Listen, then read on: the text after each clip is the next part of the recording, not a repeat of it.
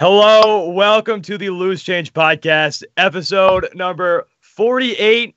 Not a ton going on right now, but there's some big news going on, and is with the Red Sox specifically. And we had to bring on one guy that we've been trying to get on as our guest forever now, but this is a great week to get him on. His name is Jared Carrabis. You may hear him on Barstool every once in a while. His boss tends to pronounce his name wrong all the time. You can hear him on podcasts called Section 10 Podcast or online. Starting Nine show on Barstool. And if you tune in Sirius XM Channel 85's The Evening Yak, you will hear him there too. Jared Carrabis, thank you so much for coming on, man. Hey, what's going on, guys? Jared, you're doing a lot now. You are really just way too busy for your own good.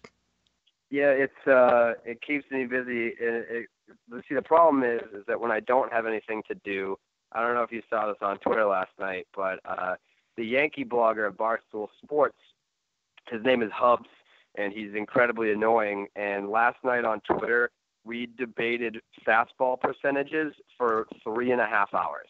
So when I don't have anything to do, that's sort of what I'm up to. Yeah, but I feel like that's what you're doing anyway. I don't go on Twitter much without seeing you tweeting about baseball. Yeah, I don't have a life outside of baseball, which is fine. It is what it is. Hey, you got you a job, dude. Whatever. True. But hey, the big news this week. We saw your reaction on Twitter. You were going nuts. World Series back on. JD Martinez with the Boston Red Sox. What do you think? I just want to start it off with, what do you think with the overall deal? How do you think it works out for the Red Sox? How do you think it works out for JD Martinez? What do you just think about the deal in general? 5 years, $110 million. Yeah, I thought for the most part it was perfect. The Red Sox needed a power bat. I thought it was a perfect marriage, so to speak. They were last in the league in home runs last year, and I think they really underestimated the impact that David Ortiz retiring would have on the rest of the lineup, because, they go out and David Ortiz's last year, the Red Sox scored 100 more runs than any other team in the league. And, they lose Ortiz. They signed Mitch Moreland, who had a pretty good year offensively, and they still weren't anywhere close to what they were in 2016, and I don't really think that that's an indictment on Mitch Moreland and his production. You had a lot of guys who took a step back instead of a step forward. You had Mookie Betts, who finished runner-up for MVP in 2016. He had a pretty pedestrian year last year. Jackie Bradley Jr. took a step back. Xander Bogaerts battled injuries. Sandy Leone obviously wasn't the offensive force that he was in the second half of 2016. So and then you obviously had Pablo Sandoval contributed absolutely nothing. So, yeah, I think for the most part, it was sort of trying to figure out what their identity was as an offense without David Ortiz. And they rolled the dice with, the lineup as it was without Ortiz, and it didn't really work out. And Hanley Ramirez had the chance to sort of, slide into that DH role and really make some noise there, not having to play first base, not having to play left field, not having to play shortstop. And he didn't really do much with that opportunity. So the Red Sox realized we can't really afford another first-round exit. They've invested so much in this team, both financially, and then, you look at the Sale deal, you look at the Kimbrel deal, the Pomeranz deal. They've pretty much decimated their farm system to supplement the young core that they have with some veteran talent here, and a first-round exit was unacceptable. And I don't want to say that the window is closing, because they still have those young players, but Chris Sale, he's only got 2 more years left. They have to really do something. They have to make it worthwhile to give up the top prospect in baseball, plus Michael Kopech, who's probably going to be a stud for the White Sox. They have to justify giving up those pieces and keep plugging holes. When they needed an ace, they signed David Price. When David Price wasn't good enough, they traded for another ace in Chris Sale. And when the offense isn't good enough without David Ortiz, they go out and get JD Martinez, who is second to Mike Trout in slugging percentage over the last 4 seasons. So I think it's a nice fit, and I think JD Martinez is going to enjoy hitting at Fenway Park. But there still are some question marks too, because you look at where he was in Detroit. He had Miguel Cabrera, he had Victor Martinez, and In Arizona, he had Paul Goldschmidt in that lineup with him. So, who's going to be protecting JD Martinez in this lineup? We don't really know quite yet who that's going to be and if that's going to impact his offensive numbers. But I sort of tip my hat to Dave Dombrowski because, Scott Morris, his agent, wanted to get him 7 years, $210 million. And Dave Dombrowski stood pat with what he felt was fair and what he was comfortable with moving forward. And he got the guy that the Red Sox needed for the price that certainly was not an overpay. So, Jared, I mean, you talk a lot about, JD having protection, things like that. Obviously, with this contract, he can opt out after 2 years. He can opt out after 3 years. He can be here for 5. Is he the type of player that can be the guy? Like, can he handle playing in Boston? And do you think the opt-out even matter, or? I think the opt-outs definitely matter.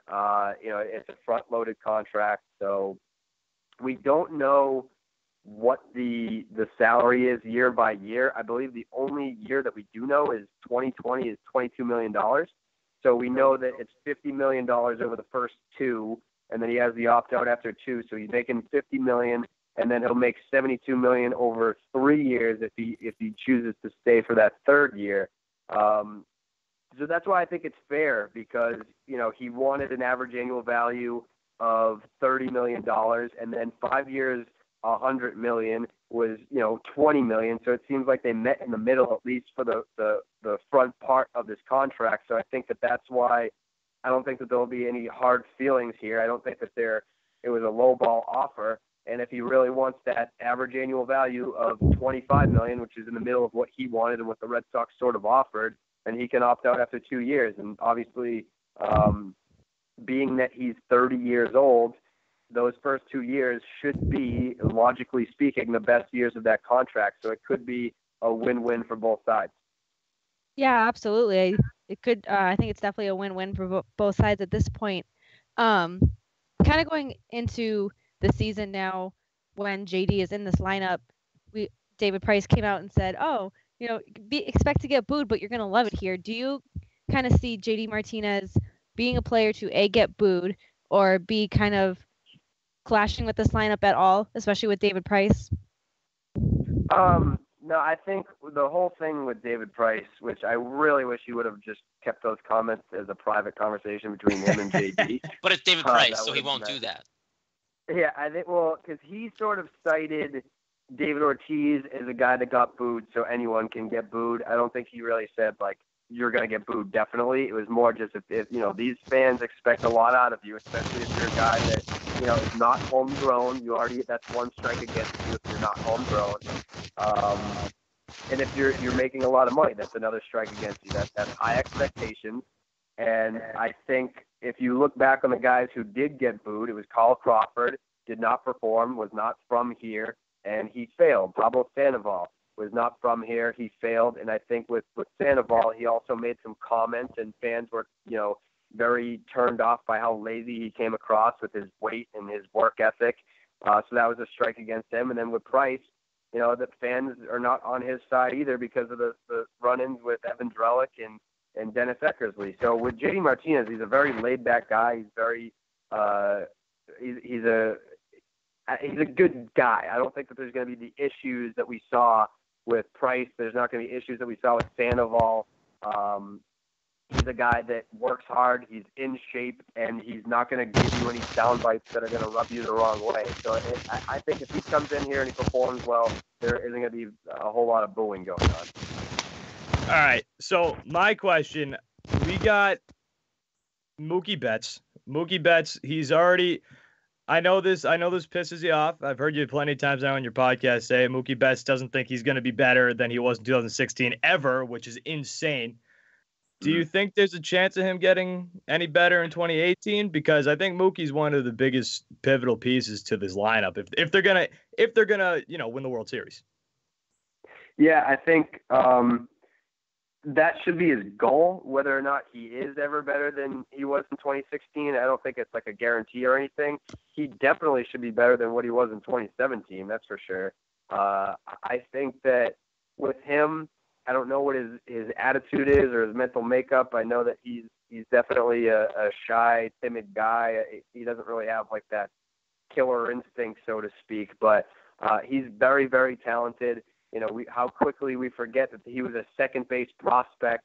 He transitions to right field, especially at Fenway Park. You know, you have to be very athletic to field that position very well, and he has, and the statistics back that up. So I just kind of look at Mookie as a guy who should absolutely be focused on being better every single year, not hanging his hat on one season that he had as a 24-year-old when you don't really even enter your prime years until you're 25. Like, he's right in the middle of his prime right now. I think he can be better. I know he can be better. And I fully expect him to at least be better than he was last year and closer on the end of the spectrum of where he was in 2016.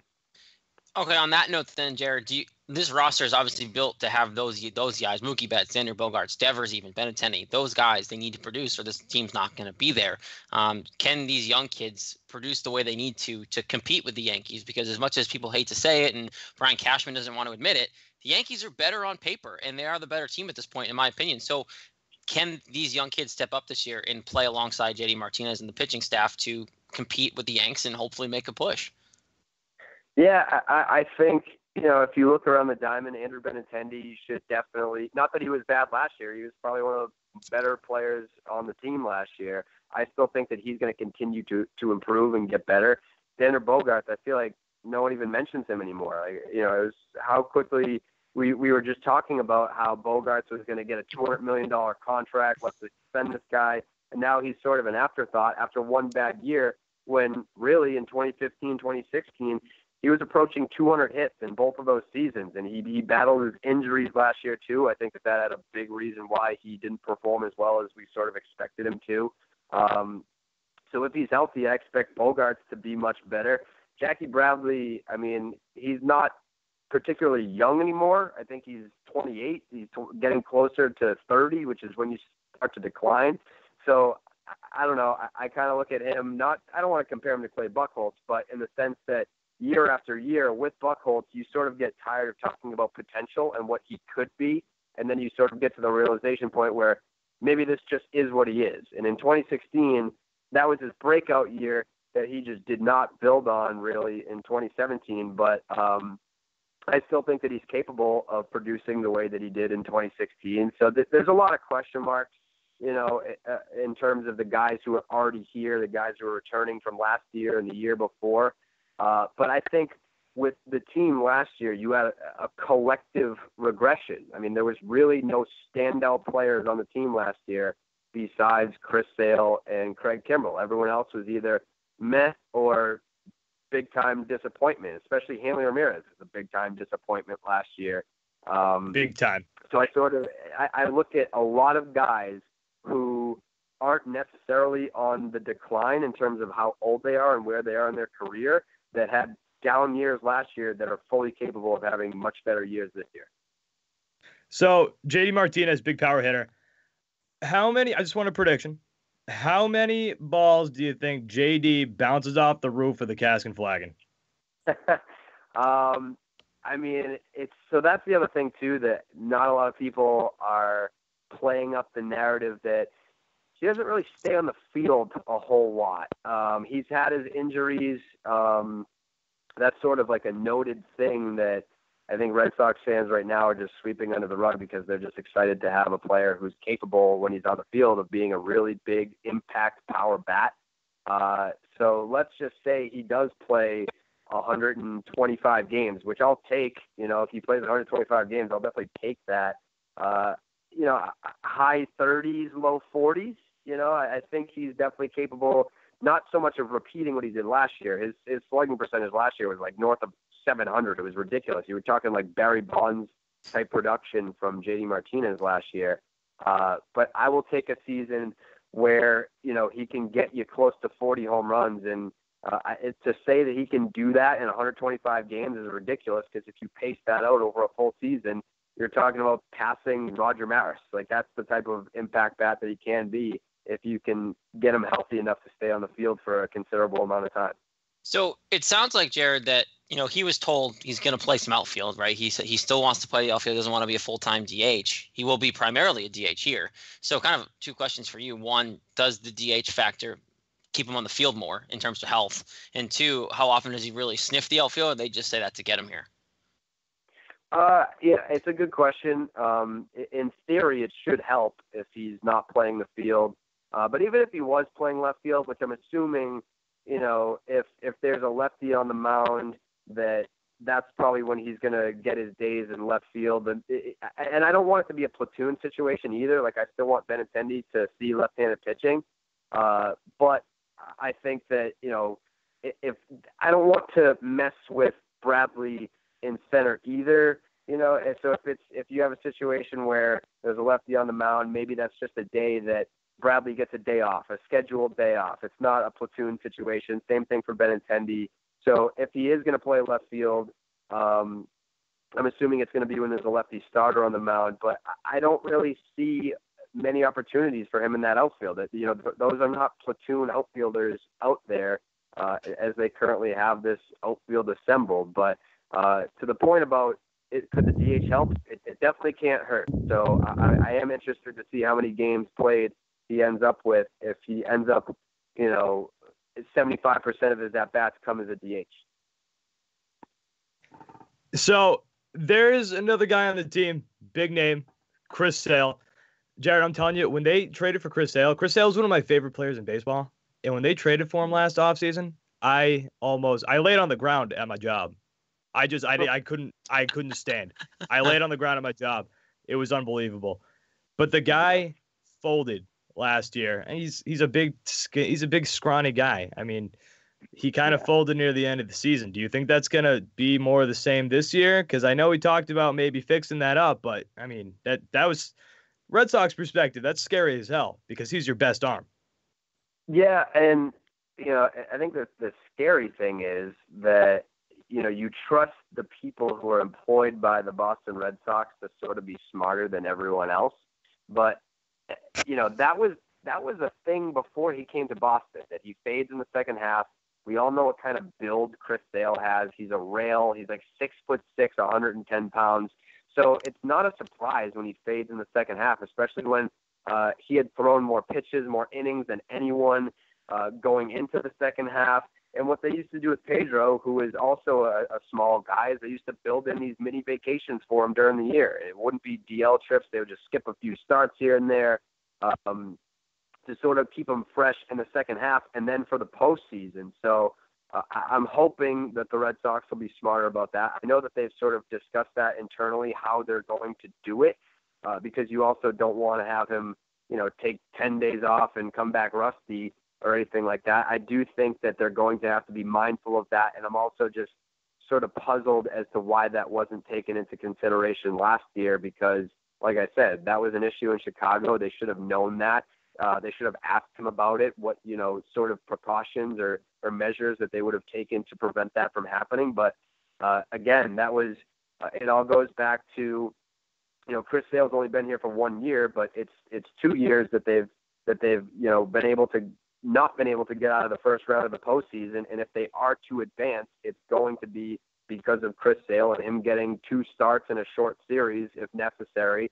So yeah, they're going to need to figure out a way to keep him fresh in the second half. And if that means skipping a start here and there, then that's just what they're going to have to do. But at the same time, you have the Yankees who, like you said, they're the better team on paper. They're the better team. So how many opportunities are you really going to have to rest Chris Sale in the second half when you're competing for the division? Because obviously now with the second wild card, you want to avoid that wild card game at all costs. There's a huge advantage now to winning the division that didn't exist before. When the Red Sox won the wild card in 2004, they were just, in the division series against the Angels. So they have to be mindful of Chris Sale's innings and the number of pitches that he's throwing, but also, looking at the standings, we can't really be resting our best starting pitcher when you're fighting for a division title against a team that on paper is better than you. No, absolutely not. And I think part of what makes the Red Sox and Yankees rivalry so much better this season is obviously the the addition of Stan and Martinez to the Red Sox, and kind of shifting back to JD Martinez. I think what pissed me off the most about this whole signing is people were saying, oh, it's just one bat. It's not going to make this lineup any better. But people are forgetting that this lineup already has power. And I know JD Martinez is only going to add to it. So I kind of just want your take on those people saying, oh, he's not going to make a difference. This team is still going to suck XYZ. They're not going to get out of the first round of the playoffs. Like, what kind of impact is JD Martinez going to add to this lineup? Because it already has that power. I think those people are stupid, to be honest with you. If you look at the 2017 team, and I understand how the season ended. It was very disappointing. There was never really too much of a feel to that team. Like they were a runaway train. They never looked like an unstoppable force. And then you look up at the end of the year, and they won 93 games and a division title. So the way that I look at it is that they brought back the exact same team that won 93 games in a division title last year, and then they added one of the best power bats in baseball. So I understand sort of, feeling down on the team and sort of being dragged along and the whole they're not likable narrative. I think a lot of that had to do with John Farrell. He's gone. People are going to love Alex Cora as their manager. I understand that David Price is sort of a lightning rod for negativity, but I think that he also had a realization point over the offseason, like, hey, this elbow could go at any time. I'm not going to, and he probably saw what happened this past offseason with all the free agent signings or lack thereof and money that wasn't going around. He knows he's not going to make the same amount of money if he opts out and chooses to sign elsewhere. So I think for David Price, he has to do what he has to do to make the best of the time that he still has with the Red Sox. I don't expect him to be this negative Nancy that's going to be a distraction. So to anyone that thinks that the Red Sox aren't going to be as good, if not better, they're just not paying attention or they're not well informed on the team. Because the other thing, too, we mentioned David Price.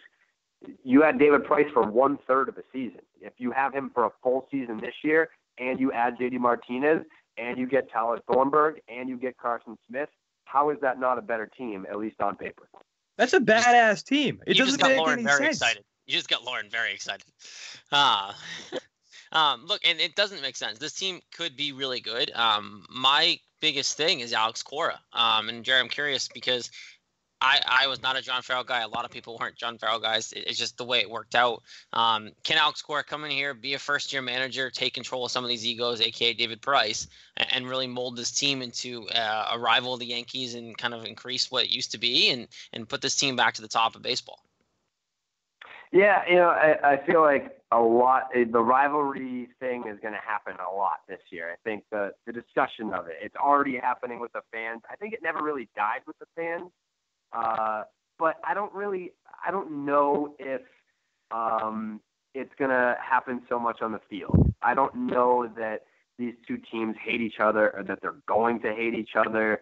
It would be nice if that did happen. I don't think it's going to. They're just it's not what it was. And it's never going to be what it was because the Red Sox have won 3 World Series now since 2003.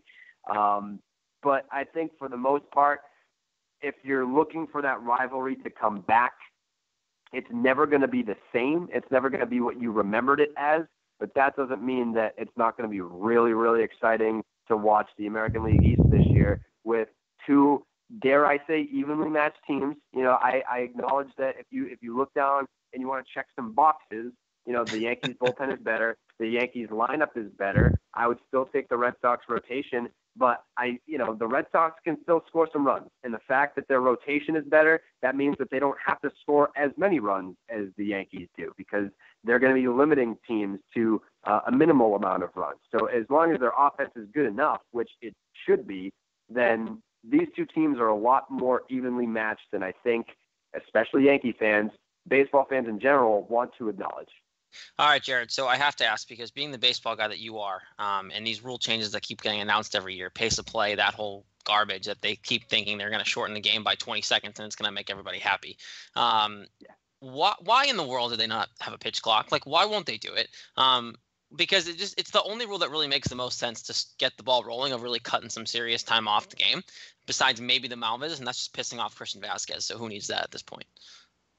Yeah, I think they just haven't perfected it yet. And, I sort of look at what they were doing in the minor leagues, and they installed the pitch clock at the minor leagues, and then they would have these guys come up, and there's no pitch clock at the major league level. And then they just sort of work faster because they're conditioned to work faster because of the pitch clock at the minors. But then you get up to the major leagues and you have these, 30-year-old veteran divas that are making, $20 million a year, and they don't want to be told what to do, and they don't want to change how it's always been for them. So they're going to find loopholes to sort of not follow the rules. Like there's holes in the whole pitch clock thing. Like if I'm on the mound and I have 20 seconds to deliver a pitch, if I'm not ready to deliver a pitch in 20 seconds, I'll just throw it at first base. And if there's not a runner at first base, I'll just step off the back of the mound. Like there's just ways around it.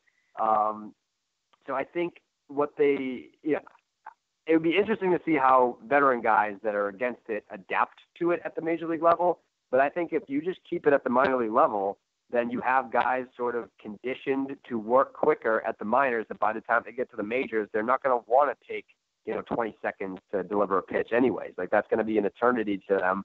So I think it's just sort of a process that's going to take a long time as you sort of phase out these veteran pitchers that have never worked with a pitch clock until you eventually have a league that has only ever known a pitch clock at the minor league level. All right, Jared Carrabis, Barstool Sports. Jared, before I let you go, I want to say one thing from the Section 10 podcast. One of my favorite stories that I ever heard was Steve getting roofied at Foxwoods. It was so funny. That's a great story. Unbelievable.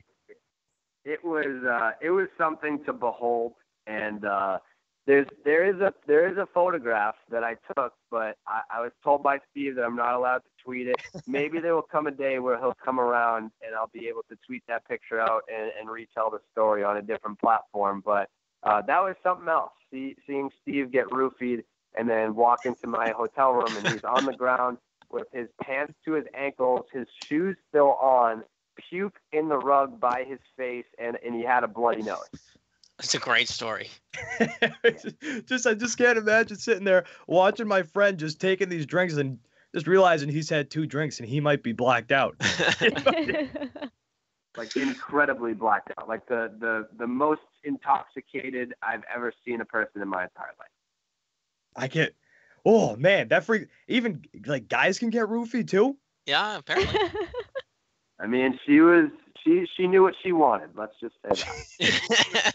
She was pumping it into him, baby. Yeah, she was willing to risk it all for Steve.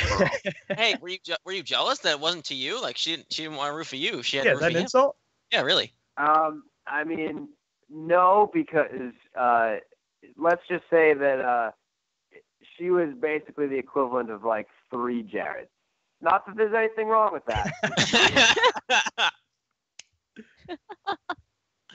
All right, man. Hey, Jared, thank you so much for coming on tonight, man. Absolutely. Happy to do it. We'll do it again soon.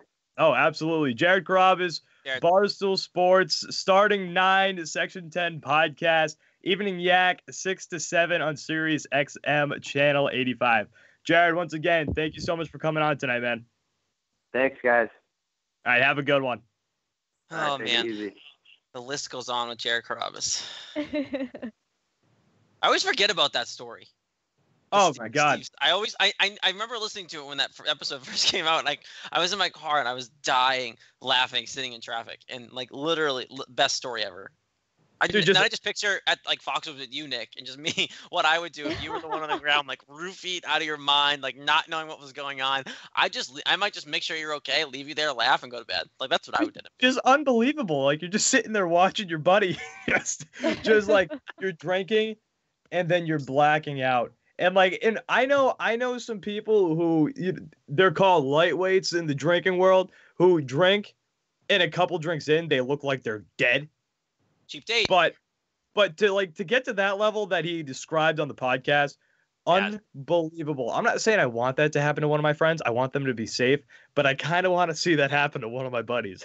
as long as like you're with them and you as long as we can save them, as long as nothing bad happens. But if I can watch them, Me and my friends talked about roofing my buddy Craig one night. We should Why do not? it. I don't know if you should talk about that on the radio, but okay. We're not gonna do anything to him. We're just gonna roof it. You can't roofie your buddies anymore. No, You can't roofie your buddies in 2018. you legit cannot do that. You know we haven't. we haven't roofied Craig yet. But if it happens, it happens. I don't even know where to buy roofies. That's my problem with roofiers. What kind of scumbag finds a place to go to buy roofies? Serious question. How do you know where you're gonna buy roofies? And you're born into that game. Is it a pill? Like I see. I don't know. See, I'm not roofing Craig because I have no idea how you can get roofies. I have no idea what roofies look like. But if I were to have them, I'm gonna Google it. roofing Craig, not a bad idea. I'm gonna clear the cookies after that one there, darling. Yeah. Once again, Jared Carrabis, thank you so much for coming on. Follow him on Twitter at Jared Carrabis, JARED_Carrabis, CARRABIS, Section 10 podcast. Did I say Section 9? You did at some You point. I don't know if did. you were starstruck by having the great Jared Carrabis Did I say on, that? but Yeah. you were like Section 9, no, starting 9. I don't know. It's In okay. the beginning, I stumbled on it. I forgive you. It's fine. It's a Whatever. pill. Starting 9 show from Barstool Sports and Evening Yak on Sirius XM channel 85. Good show, I bud. thought it.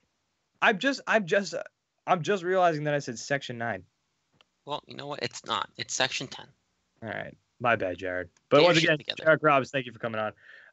But let's give our opinions on JD Martinez quick. Oh, Actually, no, absolutely. before JD Martinez, let's do the weekly dump quick. Weekly dump quick. There's not much dumping going on. One, Pat, hit the music. Weekly dump. Mark Cuban was fined $600,000 for telling his players that it's in the best interest of the team to tank. Yeah.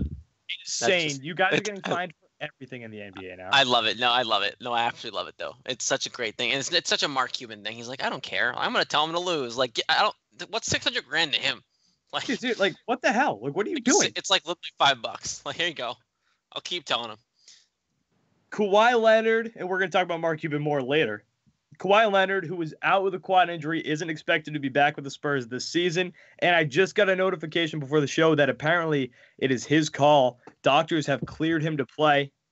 Ooh, He's choosing not to play. did not see that. That's throwing a little rift in the old Spurs plans right now. Kawhi Leonard on the move next year? Kawhi to Boston. Kawhi to Boston? Start that going. I'd take him over Anthony Davis. You said, shut up. The MLB will instating 3 new pace of play rules. Each team will be only allowed 6 mound visits per game. And clear this up for people. That includes Xander Bogaerts going to the mound randomly. That's 1 visit. Anybody going to the mound. Anybody going to the mound to stop the game counts as a mound visit. Yep. You can get more mound visits, but the umpire has to grant them. You have to ask the umpire first. The umpire has to grant them. So most terms would be like injuries, things like that. Yeah. Batter announced. This is a long, complicated one. It's the time one, so same as last year. I think it's 2:05 for regular games, 2:30 for primetime games, 2:55 for something else. But batter announced the 20-second mark on the timer. Pitcher must throw with the ball within 5 seconds before the clock hits 0. Mm-hmm. The pitcher is no longer guaranteed 8 warm-up pitches, but they can get as many warm-up pitches in that time frame as they can. And pitcher changes have the same time frame now as beginning of inning changes. Did you guys see the one that MLB was talking about reportedly? The rule that they were like that didn't like actually happen, but they're like bringing it up. They're rumbling behind the scenes. Oh, the ninth inning one. They can have that they want to potentially institute the idea that whoever's losing in the 9th inning can hit whoever they want. Doesn't matter where they are in the lineup. So if we're hitting 7, 8, 9, screw it. Let's bring JD Martinez to the plate. Who cares? I'm not gonna lie. That would Love be, it. That would be electric. It's that like would be 3 overtime in hockey. It needs to happen. There'd be so much drama around it. I would love it so much. Oh, imagine that when David Ortiz was playing. Oh, Oh, That I'd would bat be him every single that would time. Be too, every at bat. that would piss that would piss you off at some point though if you're a Red Sox fan Oh, because you're not going to pull get up that same Stanton. opportunity. How great would that be though? Base hit, David Ortiz, invisible runner, back to home plate. Is an invisible runner on first base? David Ortiz up at bat again. I don't think that's how it works. I don't care. I want that to happen. I don't think that's how it works. Like, I think the Yankees would just automatically go. See, like, this isn't fair. The Yankees would automatically go in the 9th inning down by 2. Giancarlo Stanton, Aaron Judge, Gary Sanchez. Against Craig Kimbrell. Sure, I'm in. Let's Against do it. Craig. That's drama. It would be dramatic, but you can get that in a regular game. That would be insane. I'm in. I don't think they should do it, but I would love it. F that. Absolutely. Sebastian Janikowski slugging beers, kicking field goals, kicking footballs. The Raiders are not going to be bringing him back. He's 39 years old. The guy had an absolute, probably one of the strongest legs, if not the strongest leg in football history. He can still boot it. Oh, yeah. He'll get picked up by a team, no doubt. Yep. The Chargers. The Chargers had like 9 fucking kickers last year. Right. Oh, those poor things. And they only lost like what, 3 or 4 games by less than a field goal. Oh, so, yeah. Like, they could have won so many more games. I wouldn't be shocked now that I'm saying it if Janikowski goes to LA. Yeah. Already out there. Lauren, explain this one more because you have more information on it. Racist Blackhawks fans. That's all I have labeled. Oh, okay. So, Devontae Smith-Pelly. I can't remember his name Hockey now. name. He went to the penalty box. Yeah, he went to the penalty box. He's on the Capitals, and they were in Chicago. These 4 fans were he's black. So these 4 fans were taunting him, and they were saying, I've read a few different things. I've read that they were chanting basketball at him. I've read that they were yelling, "Go back to playing basketball." And he reacted. He obviously he ran at them, kind of thing. Skated. No, because he was in the penalty box. He tried to go Bash Brothers over the glass. Well, yeah, he didn't get that far though. But I wish he got his hands on him. Oh yeah. Me too. And those fans were escorted out. Apparently they've been banned from home games, which is great. But there's so many other entrances besides like the main entrance. Like, it's like Fenway. There's like 8 entrances you can go in, so you can ban someone from Fenway, but they're going to go into gate B instead of gate E from now on. So the Blackhawks came out, made a statement, saying, we don't tolerate that, blah, blah, blah. And a big thing that everyone was saying that it's hockey's month for being like hockey is for everyone, which is, it's like if you're gay, you're straight, you're black, you're white, you're whatever, it's hockey's for everyone. And it just kind of came out now where it's just like, oh, these 4 people are just going to be just going to be assholes. I mean, I said in my article tonight that I'm all for taunting the players, the away fans, like whatever. But it's like, come on, like leave race out of it. Don't be a scumbag. Right? Yeah, like, seriously, no. Call them an asshole. Call them everything. Say that they suck. Say they. I don't know. But there's Dude, the worst part is like about this kind of stuff is like there's always like those old crotchety people or like those like privileged little sons of bitches who are like, oh, everybody shouldn't be so sensitive anymore. No, it's easy. Just don't be an asshole. Right, that's all it is. Be a normal asshole, not an extreme asshole. Right, yeah, there's things that you don't say. You don't talk about race. You don't talk about somebody's sexual orientation. You don't make fun of somebody's religion. You just don't do that. So you don't make fun of somebody's kids or wife. Those are like the 5 things that you don't do. It's not hard.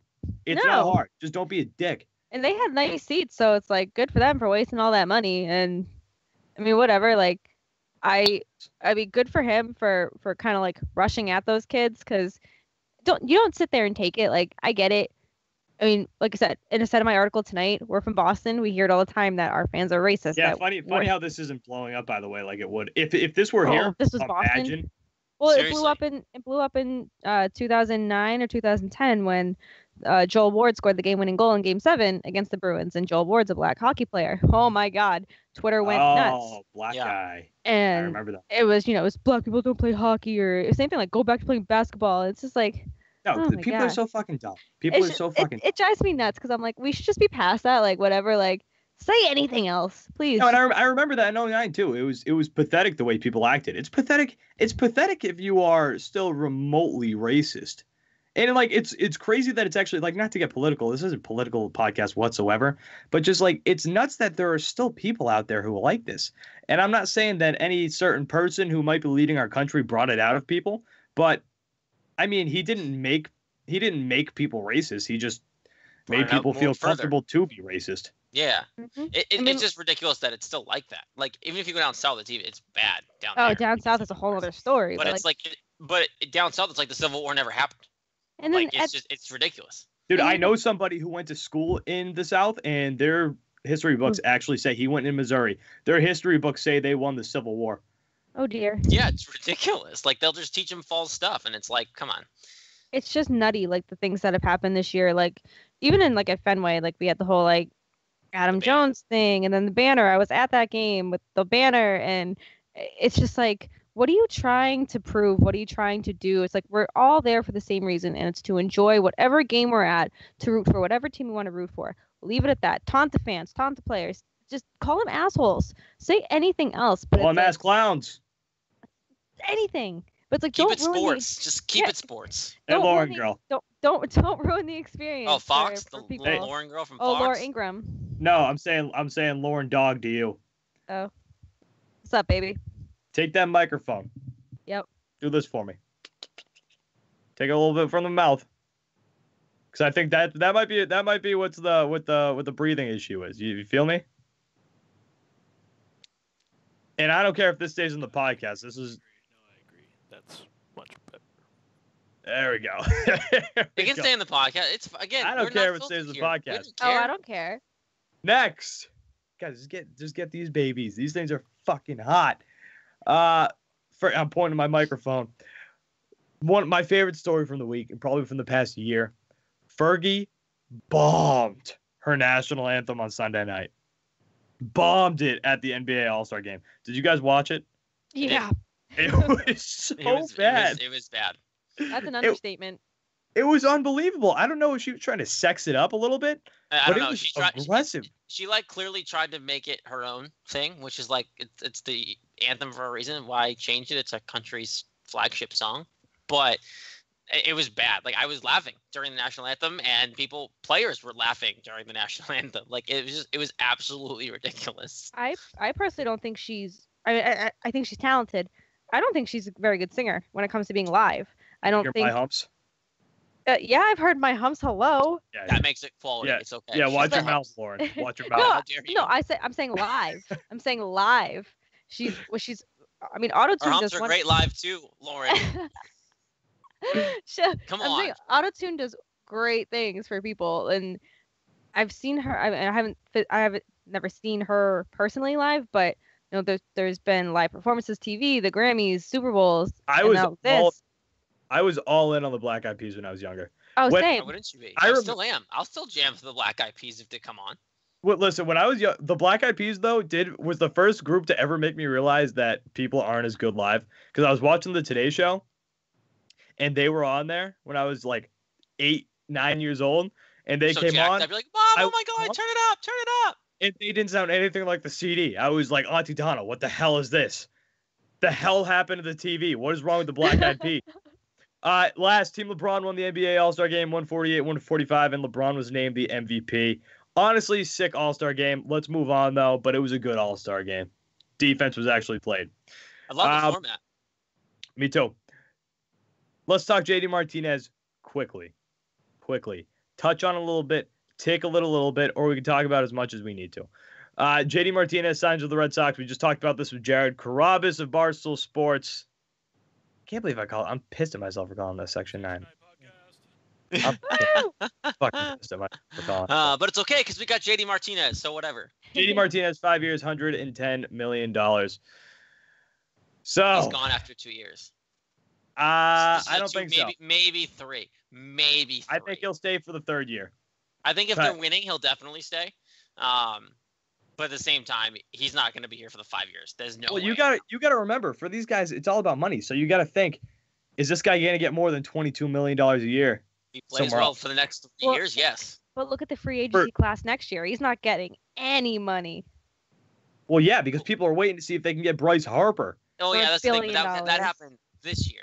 And people were kind of skeptical because with Detroit, he has good numbers. People don't really look at the numbers when they try to make their argument. But, like, what he did with Arizona was what people remember him by because Detroit was bad once they kind of started to split that band up. He's a good player. And if he comes in here and does what we all expect him to do, stay healthy, DH, play the outfield occasionally, and pop balls over the monster, he's going to get paid in 3 years more than he got paid now. See, he'll be 33 years old, though. I don't think he's getting more. Hit. He's not getting more than $22 million. Yes, he will, because then by then he'll be a legit full-time DH who can still hit the crap out of the ball. I think you're just being silly. No DH is going to get more than that, though. Wouldn't you pay David Ortiz that kind of money? Yeah, because he's not David Ortiz. You know he's not David Ortiz. He's nothing close to David Ortiz. Nothing will ever be David Ortiz. There's nobody who will ever be in the conversation of can this DH become a Hall of Famer. Hopefully, nobody. And that's will Ortiz even be in the Hall of Fame is even a question. Yes, he will be. That's stupid. I'm not even going to have that conversation right now. I agree with you, but it's a question that's out there. But JD Martinez can hit, and I love the move. And I don't get these people, even on our own website, couchguysports.com, saying that this is a bad signing. I think that is absurd to say that's a bad signing. Especially with the contract structure. It makes the most sense in the world. The Red Sox got a good deal on this guy. Like, guys, remember, he was supposed to get, Scott Boras put him out there 7 years, over $200 million.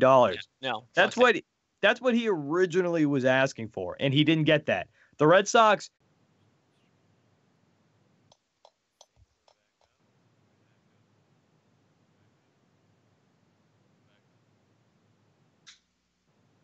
We good? We're back. Okay, we're back. I forget what I was talking about, but JD Martinez, $110 million. People have to realize that's a really good contract for what this guy is. It's a steal. It is a steal. And the guy's not only going to be your DH, he's also going to be able to give your outfield breaks, which is I think is a little underrated. We're not talking about that. Jackie Bradley Jr.'s slump. You put Andrew Benintendi in center field. You put JD in left field. And you just forget about injuries too. Yeah, injuries, scheduled days off, like it all matters. Like all those little things that John Farrell couldn't do on his own. He couldn't figure out how to manage a baseball team. But at the same time, you need those kind of things, and it's 162 games. It's a long season. He's gonna get his time in the outfield. I do think they actually meant it when they told him that. And look, it's going to happen. He's going to play left. I don't know if he'll ever see center field. He might not even see right field, but he's going to sniff the outfield. I'm here for it. I love the signing. And you want to talk about the Red Sox Yankees right now? Yes. Other than Yankee fans, like Jared said, Carrabis earlier, and baseball fans who aren't paying attention, the Red Sox are a team that can F with the Yankees now. The Red Sox have a starting five of Chris Sale. If David Price pitches, because we know Chris Sale will pitch fine. If David Price pitches like the guy that the Red Sox thought they signed and we thought the Red Sox signed, that's the best 1-2 punch in baseball. Mm-hmm. Oh, for sure. Yeah. Chris Sale, David Price. Drew Palmy even throws a 3 ERA. That's fine. Rick Porcello is now your 4 starter. Won the Cy Young Award and is now your 4 starter. He pitched well last year. He just couldn't get the run support. See, I don't agree with that because he gave up 1 million home runs. But that's his MO. He even gave up home runs the year he won the Cy Young Award. So can we stop with that, please? He sucked last year. Okay, I didn't say he didn't, but I'm just saying he still gave up home runs when he won the freaking Cy Young. So, get over it. And then Steven Wright's knuckleball. No, I'm not going to get over it because he pitches at Fenway Park, Nick. Give it up. Yeah, and he used to give up solo shots. He was giving up bombs this year. That's a mental thing. That's a mental thing. Oh, is that his excuse? That means he wasn't pitching. Is his excuse going to get the Red Sox wins? Shut your mouth. That means he wasn't pitching. Oh, no, it's not. Around when he gave up home runs. At least in the Cy Young year, he gave up solo home runs. It's still going to happen. He's going to give up home runs. It's just a matter if he can make them solo homers or grand slams, what the Red Sox apparently can't do. So that's it. That's no argument that's going to make me happy. None. He's always going to give up home runs, Nick. That if you don't like it, then just have him get traded because that's who he is. I'm going to look these stats up right now because, quite frankly, I don't believe you. Well, you know what? Go screw. He gives up home runs all the time. Yeah, I know he gives up home runs, but he's got to. And then Steven Wright isn't going to be healthy. I guarantee it. Something's going to happen. And he might be suspended in the beginning of the year, too. That's true. Erod's not going to be back for the regular season start. So it's just a matter of who's that 5th starter to fill in. Do they even use 5 starters to start? Brian Johnson. No. Maybe Brian Johnson. Do not let Joe Kelly sniff the starting rotation. Oh, right. I forgot. Rick Porcello led the league in home runs given up.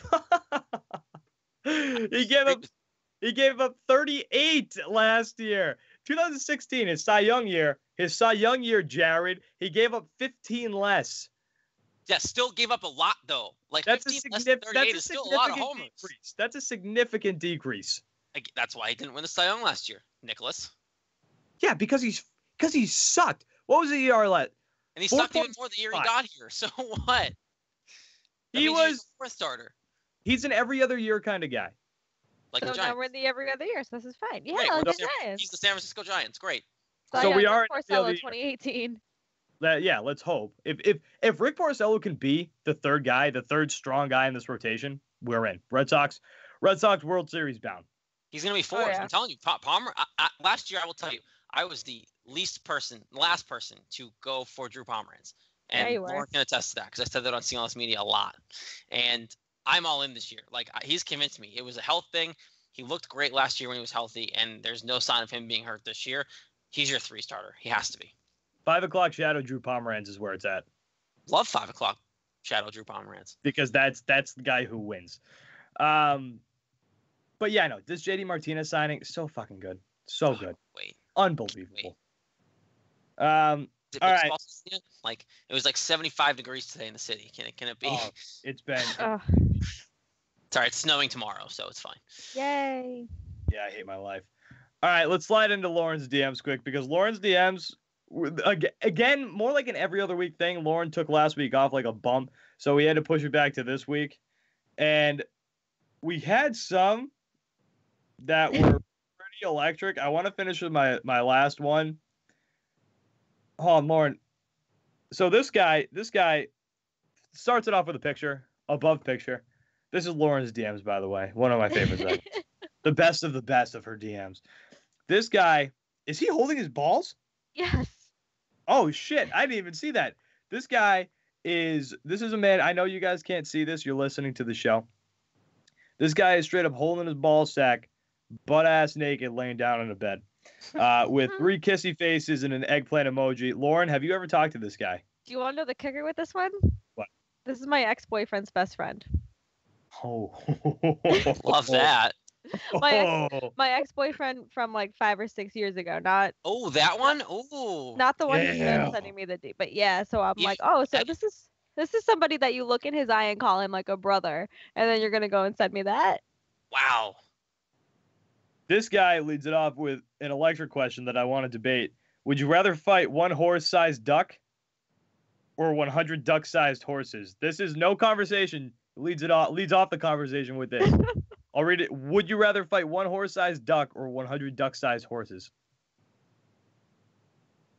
Are you asking us? I think yes, I'm asking. Horse-sized duck. Horse-sized duck. I'm fighting 100 duck-sized horses. No, it's 100. I think it's 100 duck-sized horses. Yeah. 100 duck-sized horses. I'm fighting them all. Easily. No, give me the big mama. Are you kidding? Yeah, dude, imagine that's my thing, Pat. Imagine a bill of a duck enlarged to the size of a horse. That thing could eat you. These guys just have to kick. That'd be creepy though. I do like ducks, so it wouldn't be my duck-sized horses. You just have That'd be a way to go. That'd be fun. You just have to kick them all, or you could just grab them all by the mane and toss them. Or you're just gonna have to run. I'd imagine they're fast as fuck though. I imagine they're fast as fuck. Probably. That would be one of those like zombie situations from Call of Duty where you'd have to just light them up and just pray, or you'd have to climb. Because remember, guys, horses can't climb up a tree. They're not getting up that tree. Good point. Unless they use each other. Then what are you gonna do? Like Katniss Everdeen them, bow and arrow from the tree? Like it also depends the armory that you are supplied with, because if you have the correct armory and guns and bows, you can win this fight easy. 100 duck-sized horses, not even a question. This guy, I like this one only because it doesn't make any sense the way he approaches this. No prior messages. He just goes, "Hey, beautiful lady, good night, hon." Leads it off with a hello. Immediately says good night in the same message. Do you want a conversation? Do you not want a conversation?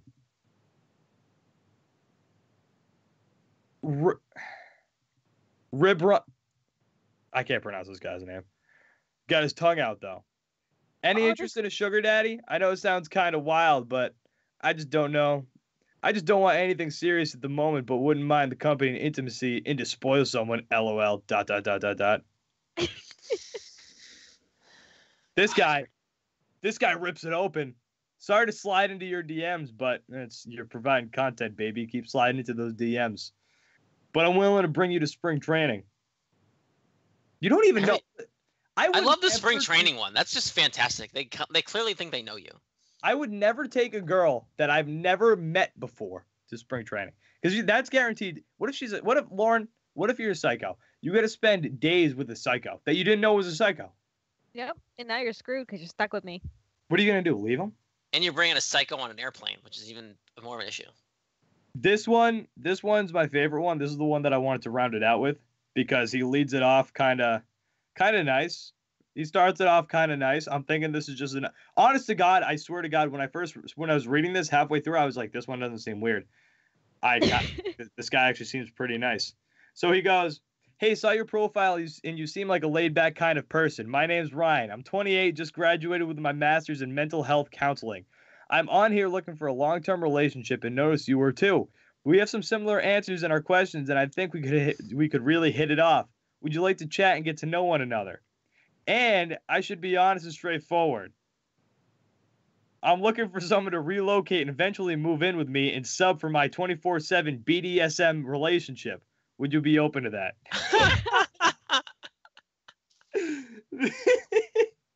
This guy starts it off, and that's what I mean. Like 90% through that message, I was like, this guy just seems like a normal dude looking for a relationship. And then he hits you, and then he cocksmacks you with a 24/7 BDSM sub. I don't even know what that means. It means basically like. Are you substituting for his BDSM lover? No, you have to like be their submissive. So you have to like at any point, it could be like 3 a.m. and they would like come wake me up. It'd be awful. It's 24/7. I have to be basically their slave. Who would sign up for that? There's a lot of weird people out there. Yeah, that's what I mean. You open up this conversation, and I swear to God, the whole conversation, I was like, this guy seems fucking normal. Then all of a sudden, he slaps you with that 24/7 BDSM slave. Yep. All right, that was Lauren's DMs for the week. What a way to go out.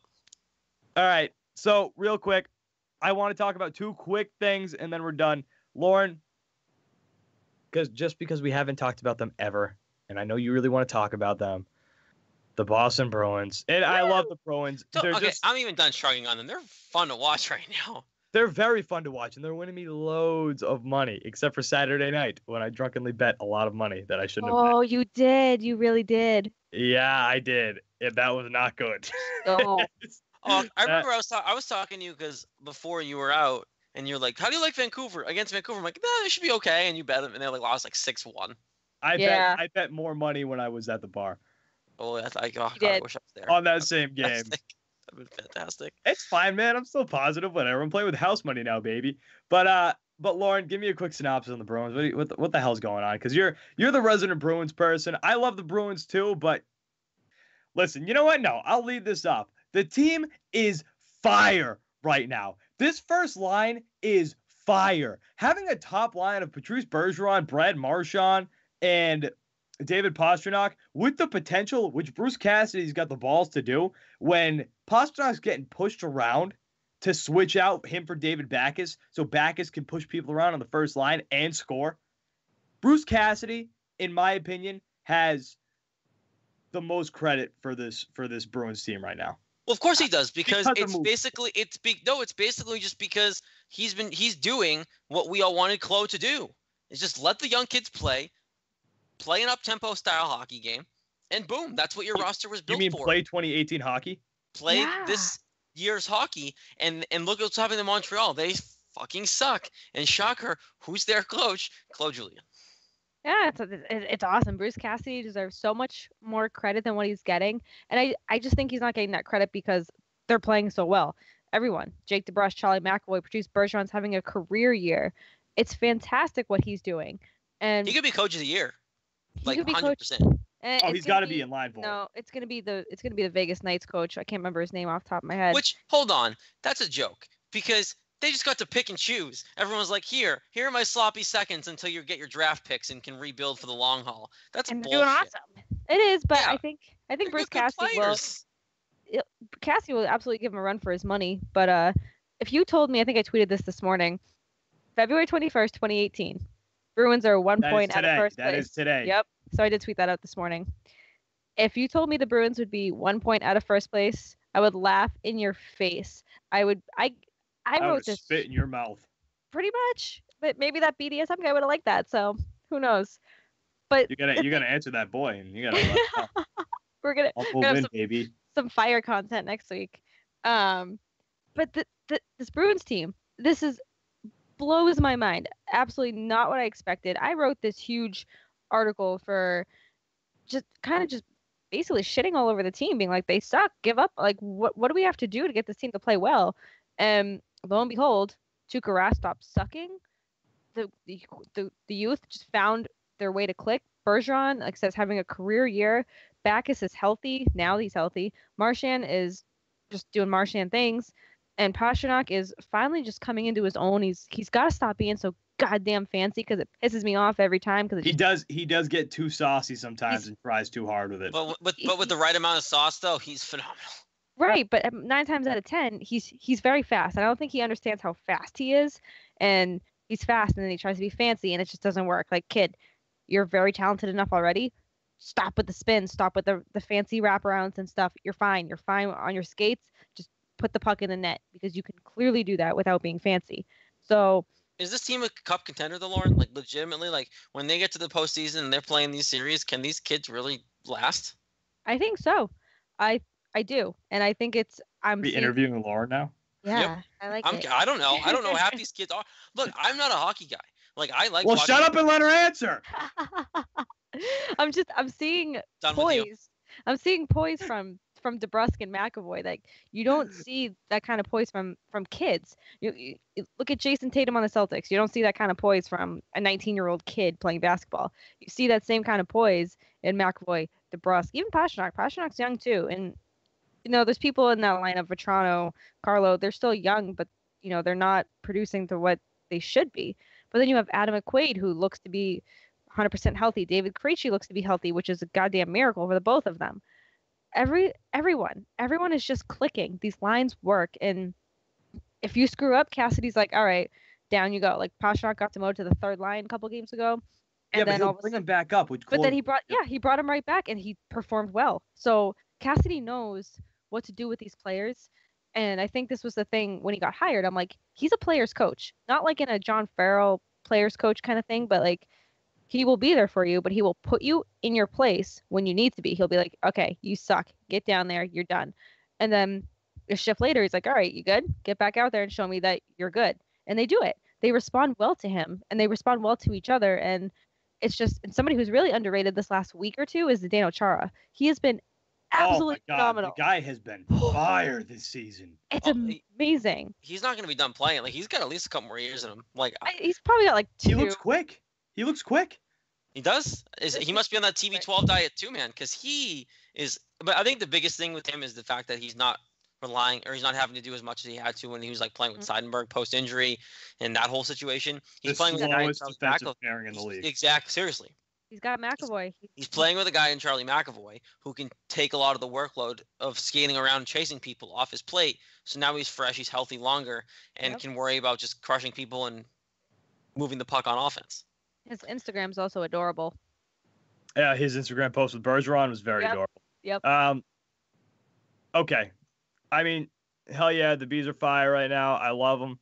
I'm getting more a kick out of watching them than I am the Celtics, which usually doesn't happen. Usually, I love all 4 sports. Don't get me wrong. I'll watch them all. But usually, if I had a preference, the Bruins and the Celtics were at the bottom. Bruins are usually at the bottom. But this year, the Bruins are fucking hot, and I love watching them. I'm having a great time watching them. Is it because I'm a little bit more invested in the games than I have ever been before? Yeah, maybe. Yes. But I'm having a great time watching them. Let's finish the show with this. It's been a long-ass show, baby. I just want to ask one question. We're going to talk about that Dallas Mavericks, Sports Illustrated expose. They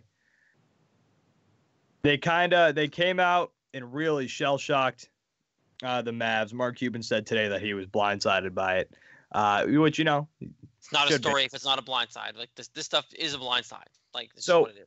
We're not gonna be able to fully talk about it because we don't really have the time to.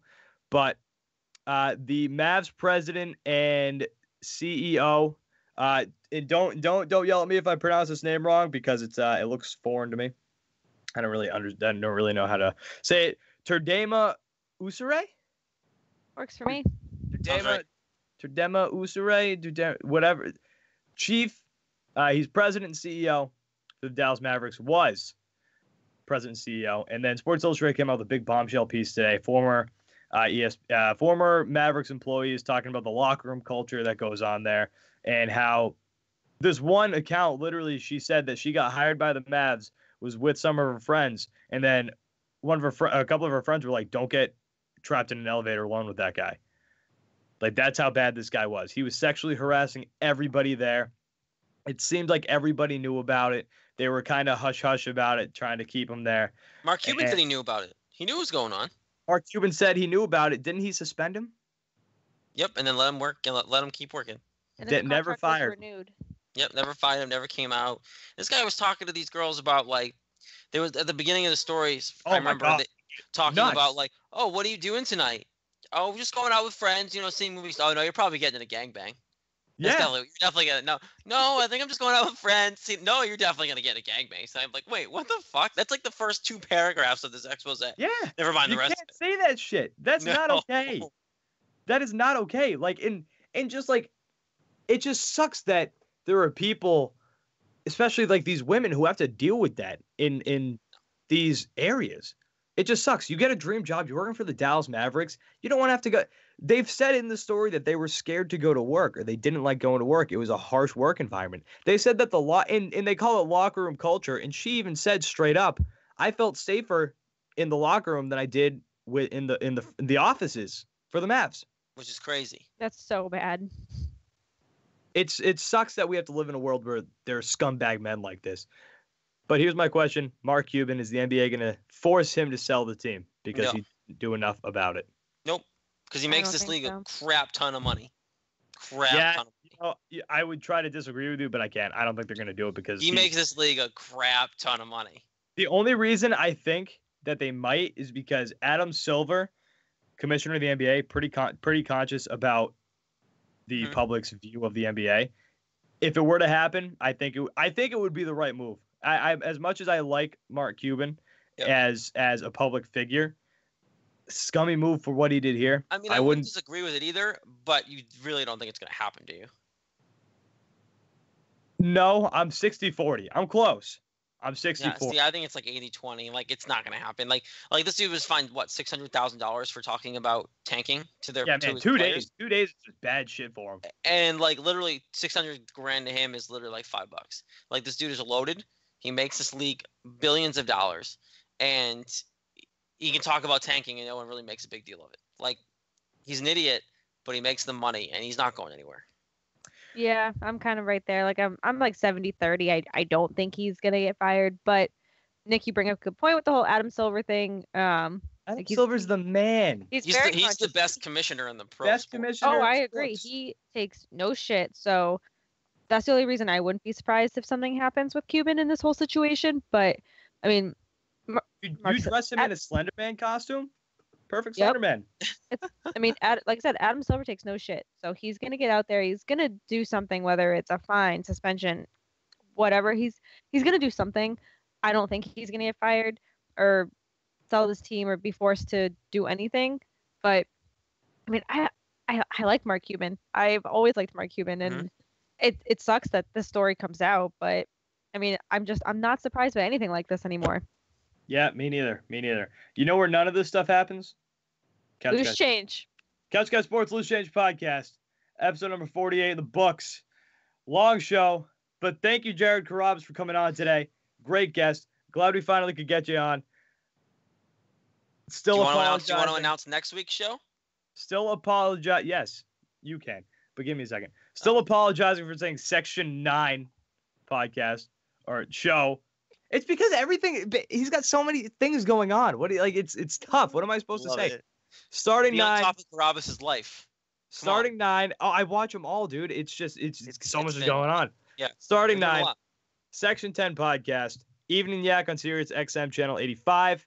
Barstool Radio with Dan Katz, a.k.a. Big Cat. That's it. Follow him on Twitter at Jared_Carrabis. Couch Guy Sports Loose Change Podcast. Follow us on Twitter at Loose Change Pod. That is run by Lauren Campbell over here on your screen or in your ears. Couch Guy Sports on Twitter, on Facebook, on Stitcher, on iTunes. Rate and subscribe on iTunes. Rate and subscribe on iTunes. That's the big one. Do it right there. If you love us, do it right there. Rate and subscribe on iTunes. Tell your friends. Share it on Facebook. Do everything. Couch Guy Sports, Loose Change Podcast, episode number 48 in the books. Thank you guys for listening. Have a good damn night.